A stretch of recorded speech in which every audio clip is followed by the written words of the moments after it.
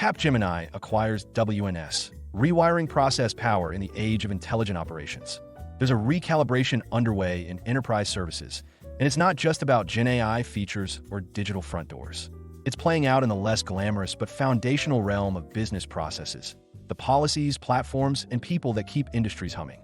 With its $3.3 billion acquisition of WNS, Capgemini is making a bold claim, not just on market share, but on the future architecture of enterprise control.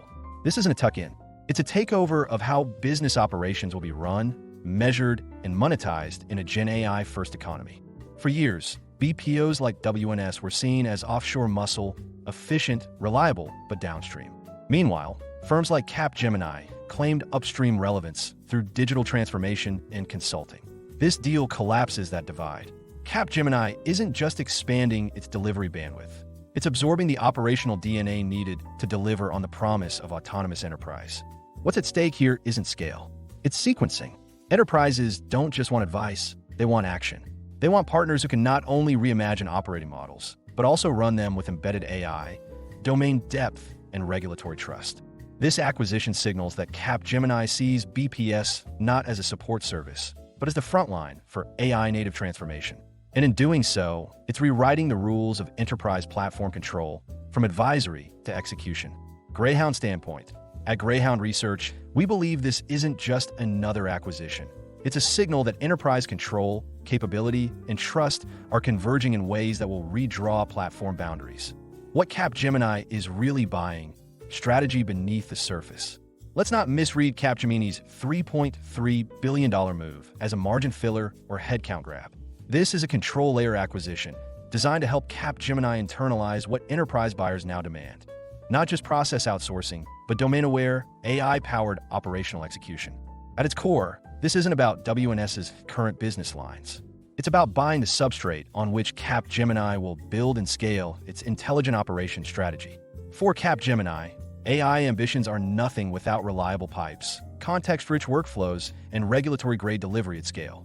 That's what WNS offers, an operational foundation that's already trusted by over 600 clients across banking, healthcare, travel, utilities, and more. The strategic calculus here goes deeper than vertical alignment. Capgemini is betting that in a GenAI-led market, the differentiation won't come from who builds the best model, but from who can embed those models into real processes in real time across real industries. And that's where WNS's value becomes clear. Its BPO playbook, historically focused on outcome-based pricing, F&A maturity, and embedded analytics, provides a ready-made testbed for Capgemini to deploy its AI stack. From a platform perspective, WNS gives Capgemini what most consultancies still lack: a globally distributed, domain-deep process reinvention engine. In recent Greyhound field notes from enterprise transformation leads in Europe and Southeast Asia, buyers repeatedly emphasize their fatigue with disconnected strategies. "We have 10 slides on vision, but we're still processing invoices like it's 2012, one CXO remarked. The message is clear: advisory is not enough. Clients want firms that can build and operate the new stack. According to Greyhound CIO Pulse 2025, 67% of global CIOs say their next transformation vendor must offer outcome-based operations alongside digital advisory. That number jumps to 73% in regulated verticals. Capgemini, through this acquisition, is pivoting from a vendor of insight to a vendor of execution. And let's not miss the timing. In a market where traditional BPO players are scrambling to retrofit AI into legacy systems, and pure-play digital firms lack operational credibility, Capgemini is trying to land in the white space, where AI meets industry process at scale. It's a move that subtly rewrites the BPO value chain. No longer just about labor arbitrage. The new game is control arbitrage. Who governs outcomes? Who configures AI agents? Who owns domain-specific orchestration? More subtly, the deal also disrupts old assumptions about where tech ends and ops begin. WNS is not a tech company, but with Capgemini's platforms, that may no longer matter. As Capgemini injects its AI orchestration platforms and hyperscaler partnerships into WNS's delivery stack, it effectively transforms BPS from a labor-intensive service to a software-led operating model. In short, Capgemini isn't just buying a BPO player. It's absorbing an AI substrate for industry operations, a control plane for the enterprise of tomorrow. Greyhound standpoint. At Greyhound Research, we believe real strategy reveals itself not in what's acquired, but in what gets rewired beneath the surface. What changes for buyers? Risk, resilience, and platform gravity. Enterprise buyers now face a new gravitational field. Whether embedded in Capgemini's stack or dependent on WNS's delivery, the acquisition reshapes procurement logic, integration architectures, and service ownership boundaries. Let's start with Capgemini clients. For years, they've turned to the firm for digital transformation strategy, platform implementation, and IT modernization. But when it came to execution, F&A outsourcing, claims processing, policy servicing, they turned elsewhere. That fragmentation is about to collapse. With WNS, Capgemini becomes a full-stack transformation vendor, from vision to operations, from slides to SLAs. This changes lifecycle risk. As one CIO in our Greyhound field notes remarked, when my advisory partner becomes my execution partner, accountability shifts. I'm no longer managing two contracts. I'm entrusting outcomes. That shift can improve speed and alignment, but it also concentrates risk. If Capgemini falters in WNS's domain delivery, the reputational and operational exposure is higher. For WNS clients, the shift is even more complex. Many chose WNS precisely because it was independent, industry specialized, and commercially flexible. The Capgemini acquisition introduces new dependencies on pricing models, platform architectures, and roadmap alignment. Several CFOs and COOs in Greyhound field notes voiced concern over potential pricing standardization. We negotiated custom outcomes. Will that survive in a consulting-led structure? One asked. Pulse data confirms the unease. In Greyhound CIO Pulse 2025, 61% of enterprise buyers express concern that vendor consolidation reduces their ability to negotiate bespoke SLAs and pricing structures. Architecturally, the merger implies tighter coupling between AI engines and process delivery. This may benefit enterprises looking to embed GenAI across operations, invoice scanning, underwriting, agent assistance. But it could also mean less flexibility to run those processes independently or plug them into third-party clouds and AI systems. In sectors like insurance and utilities, where WNS has deep traction, platform gravity is especially strong. If Capgemini folds those vertical solutions into its broader transformation narratives, clients may see more value, but also more lock-in. As one CISO told us, we'll need a new lens on governance. Who owns the AI workflows now? And how portable are they? There's also the talent implication. WNS brings over 64,000 employees. How Capgemini handles their integration, culturally, contractually, operationally, will impact service continuity. Early signals suggest WNS will retain its identity as a business services unit, but buyers will watch closely for changes in team structures and escalation paths. In short, the acquisition changes who owns outcomes, how AI gets embedded, and what resilience means in a platform-centric world. Greyhound standpoint. At Greyhound Research, we believe every acquisition changes code, but the bigger shift is in who owns risk and resilience across your architecture. What this signals to the ecosystem, a new definition of neutral. Capgemini's acquisition of WNS sends a ripple through more than just the outsourcing world. It destabilizes long-standing assumptions about platform neutrality, partner ecosystems, and how AI-powered services are sourced and delivered. For decades, BPOs operated as neutral execution engines, agnostic to the platforms clients adopted, interoperable across ERP, CRM, and analytics landscapes. That neutrality allowed them to serve as connective tissue in multi-vendor, multi-cloud environments. WNS was a textbook example of that role. Its delivery architecture sat comfortably across AWS, Azure, Oracle, SAP, Salesforce, and homegrown stacks. That era may now be closing. Capgemini isn't just absorbing WNS's service portfolio. It's recontextualizing it. In field notes from Greyhound engagements across Australia, Germany, and the Middle East, technology partners and regional system integrators voiced a clear concern. This isn't just a shift in ownership, it's a shift in allegiance. Those same partners, especially in regulated sectors like energy and financial services, are now re-evaluating their bets. For some, WNS was the go-to delivery partner precisely because it wasn't tied to a broader consulting or cloud transformation agenda. That air cover is gone. Expect a recalibration of integration alliances, with independent mid-tier BPOs and process automation vendors being courted aggressively by hyperscalers and vertical software providers. This move may raise considerations for regulators, especially in Europe and India. When a global systems integrator acquires a domain-rich process outsourcer operating at scale in sensitive sectors like healthcare and insurance, concerns over data locality, operating independence, and compliance continuity may arise. Field notes from a public sector buyer in Southeast Asia noted the risk. We can't have delivery and oversight folded into the same stack. Governance has to stay layered. And then there are the competitors. Those with hybrid delivery models, part consulting, part BPO, will now be forced to declare a posture, double down on integration or retreat to purity. Peer firms operating neutral delivery shops are already rebranding their AI-infused BPO units as platform-agnostic operations. Meanwhile, emerging players with AI-native roots are drawing a hard line, pitching independence as the only way to retain control. This deal doesn't just shift market share, it shifts posture. It reframes what counts as safe. What used to be standard neutral delivery with advisory optionality is now being replaced by vertically integrated, AI-native, stack-driven operations. Greyhound standpoint. At Greyhound Research, we believe this isn't just competitive posturing. It reframes what safe, neutral, or standard now means in modern enterprise strategy. How integration has played out before, lessons from past M&A.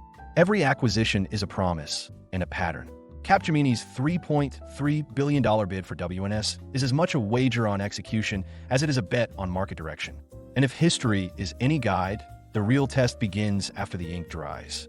Capgemini has prior experience absorbing large, services-heavy acquisitions. Most notable was its $4 billion acquisition of iGate in 2015, a move that also aimed to expand its North American BPO footprint. While iGate helped Capgemini secure industry clients and scale faster in F&A, the cultural assimilation was bumpy. Several iGate delivery leaders exited post-integration, citing a shift away from outcome-based delivery to centralized governance. The lesson: absorption without adaptation risks erosion. WNS, with its high-margin, domain-led delivery model and outcome-linked pricing constructs, presents a similar challenge. Will Capgemini centralize too fast, flattening the very specializations that made WNS sticky in insurance, travel, and utilities? Or will it preserve the autonomy long enough to absorb the DNA? One former iGate executive, now advising a European bank, framed it clearly in a recent field note.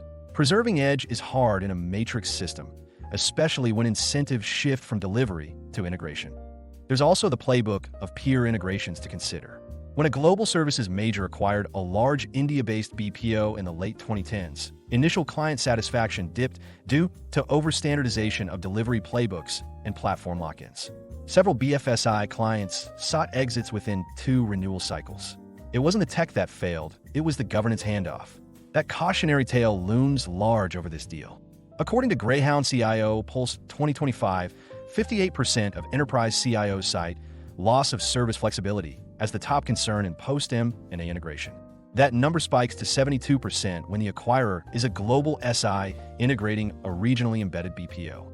This isn't about cultural mismatch, it's about control drift. And yet, there's precedent for getting it right.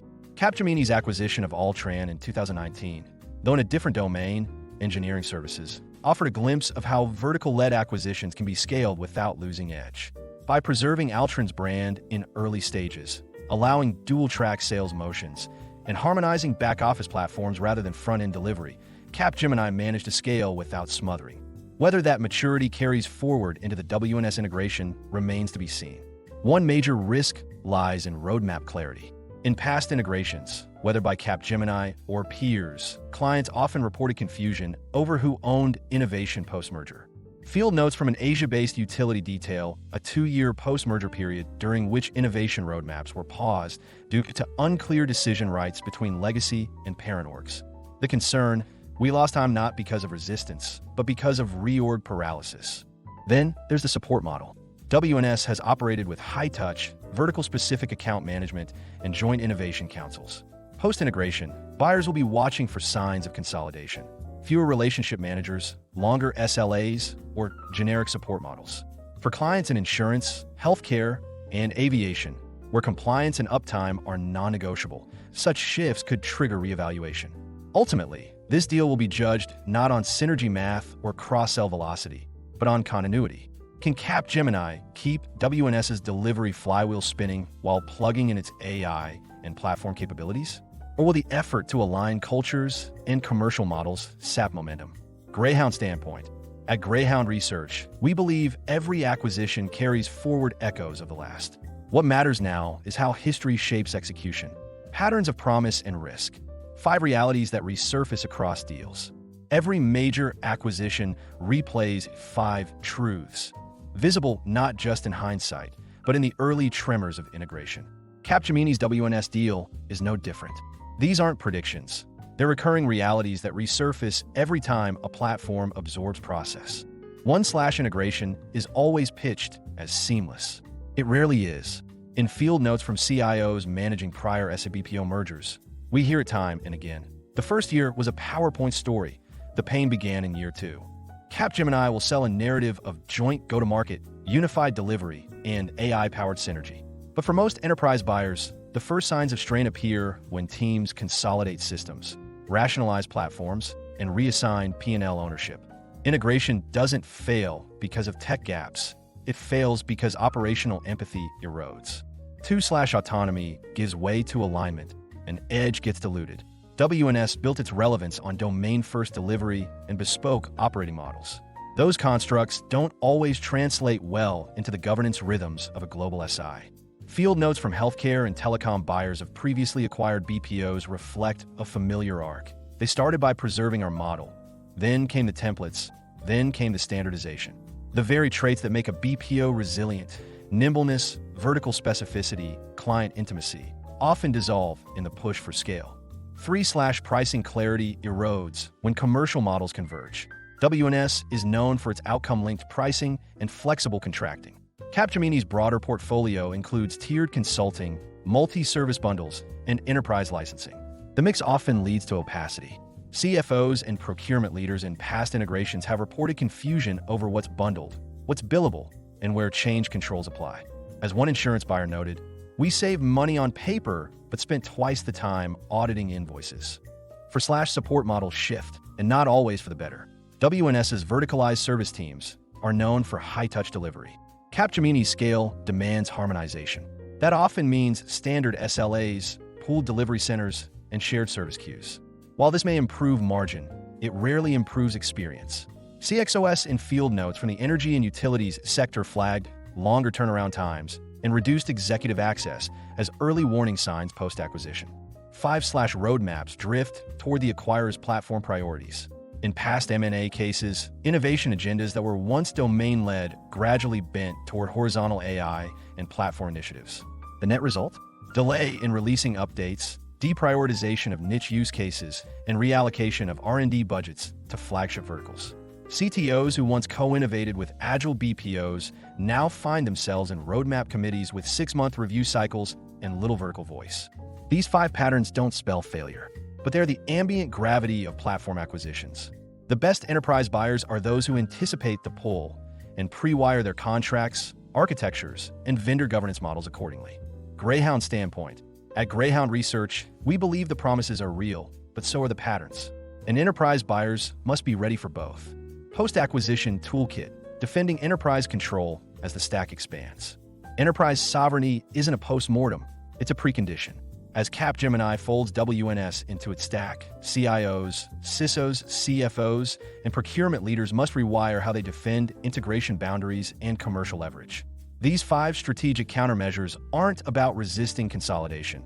They're about reclaiming control before it's abstracted away. 1/segment your stack before Capgemini does it for you. Map where WNS's delivery intersects with your critical workflows, especially in finance, insurance, utilities, and healthcare. Identify whether these services are standalone, API-bound, or embedded in larger architectures. Flag those are platform-sensitive or regulated. This pre-work allows you to hold Capgemini accountable to service continuity and prevents AI or integration overlays from erasing modularity. 2/negotiate by capability, not by construct. Capgemini is likely to bundle WNS solutions into broader service constructs. Intelligent operations for BFSI, GenAI-powered F&A, and price them as hybrid engagements. That makes unit economics fuzzy. Instead, buyers should structure contracts around capability modules, e.g., claims processing, collections, data reconciliation, with discrete SLAs and cost transparency. This decouples innovation velocity from commercial ambiguity. 3/defend your escalation rights. WNS's clients have enjoyed industry-specific engagement teams and escalation paths. Post-acquisition, those may flatten. Protect your access.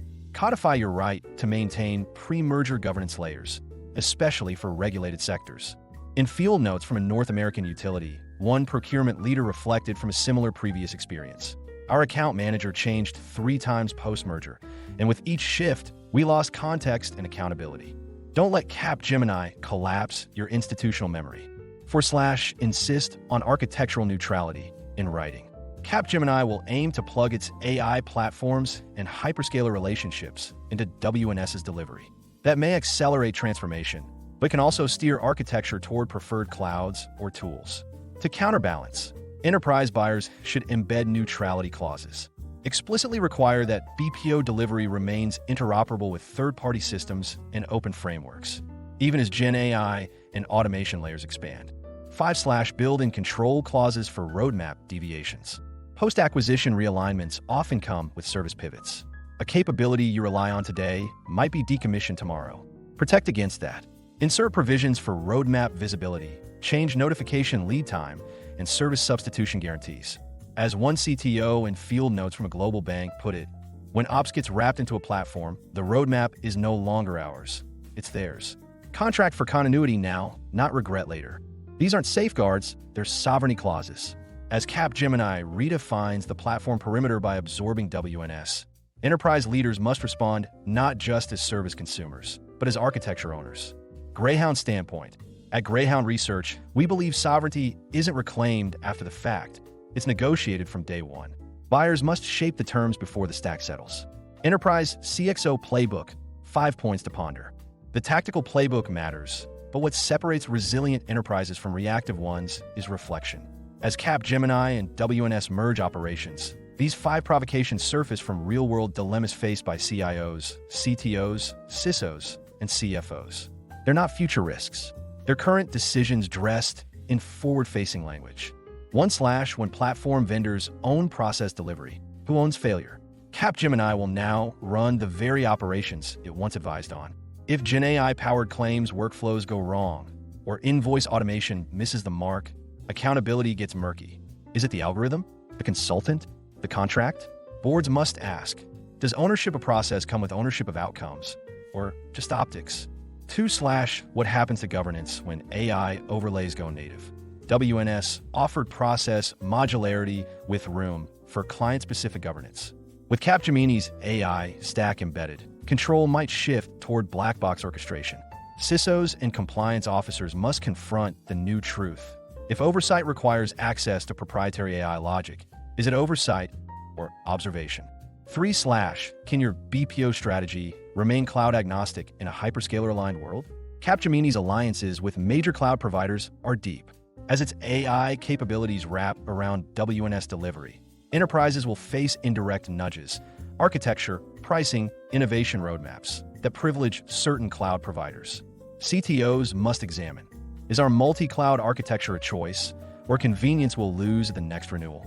For Slash, is modularity still a safeguard, or just an illusion? With Capgemini offering end-to-end intelligent operations, the temptation will be to consolidate services, consulting, platforms, operations under one roof. But does that bundle convenience mask a loss of exit paths? CFOs and procurement leaders must probe. How many services are truly separable post-integration, and what's the cost of re-untangling? 5/, will talent intimacy survive institutional absorption? WNS built client trust through long-tenure delivery leads and bespoke team structures. As Capgemini scales and optimizes, those personal relationships may be replaced by programmatic governance. CIOs should ask, how much of our vendor resilience is tied to people? And what happens when those people get reassigned, repackaged, or disappear? Greyhound standpoint. At Greyhound Research, we believe reflection is a strategic act. These questions aren't hypothetical. They're already reshaping boardroom priorities across every enterprise where AI meets operational control. The strategic reset. What this acquisition teaches us about the future. This acquisition isn't a coda, it's a chord change. Capgemini's $3.3 billion move to acquire WNS marks more than just a shift in operational capacity. It reframes the very architecture of enterprise trust, platform reach, and value creation in the GenAI economy. For years, BPO was treated as a layer to be managed, not a lever to be reimagined. With this deal, Capgemini declares that process delivery is no longer peripheral. It's core, not because it's where the cost sits, but because it's where the data lives, the workflows breathe, and the AI learns. In absorbing WNS, Capgemini isn't just adding revenue or expanding verticals. It's planting a new flag at the intersection of advisory, AI, and accountability. It signals that control of business outcomes will increasingly reside with those who can both model and run them. This is no longer a world of separate stacks for thinking and doing. It's a world of fused stacks, where intelligence and execution converge. For enterprise buyers, this redraws how platform decisions get made. What once was a question of capabilities is now a calculus of control. Who governs your process layer? Who owns the AI orchestration? Who defines what's neutral and what's negotiable? Capgemini has made its move. The boardroom questions it ignites will echo far beyond this deal. Greyhound standpoint. At Greyhound Research, we believe this acquisition doesn't just redraw maps, it redefines mandates. This is the strategic reset. Analyst in focus, Sanchit Gogia. Sanchit Gogia, or SVG as he is popularly known, is a globally recognized technology analyst, innovation strategist, digital consultant, and board advisor. SVG is the chief analyst, founder and CEO of Greyhound Research, a global, award-winning technology research, advisory, consulting, and education firm. Greyhound Research works closely with global organizations, their CXOs, and the board of directors on technology and digital transformation decisions. SVG is also the founder and CEO of the House of Greyhound, an eclectic venture focusing on interdisciplinary innovation. Copyright policy. All content contained on the Greyhound Research website is protected by copyright law and may not be reproduced, distributed, transmitted, displayed, published, or broadcast without the prior written permission of Greyhound Research or, in the case of third-party materials, the prior written consent of the copyright owner of that content. You may not alter, delete, obscure, or conceal any trademark, copyright, or other notice appearing in any Greyhound Research content. We request our readers not to copy Greyhound Research content and not republish or redistribute them, in whole or partially, via emails or republishing them in any media, including websites, newsletters, or intranets. We understand that you may want to share this content with others, so we've added tools under each content piece that allow you to share the content. If you have any questions, please get in touch with our community relations team at connect@thoffer.com.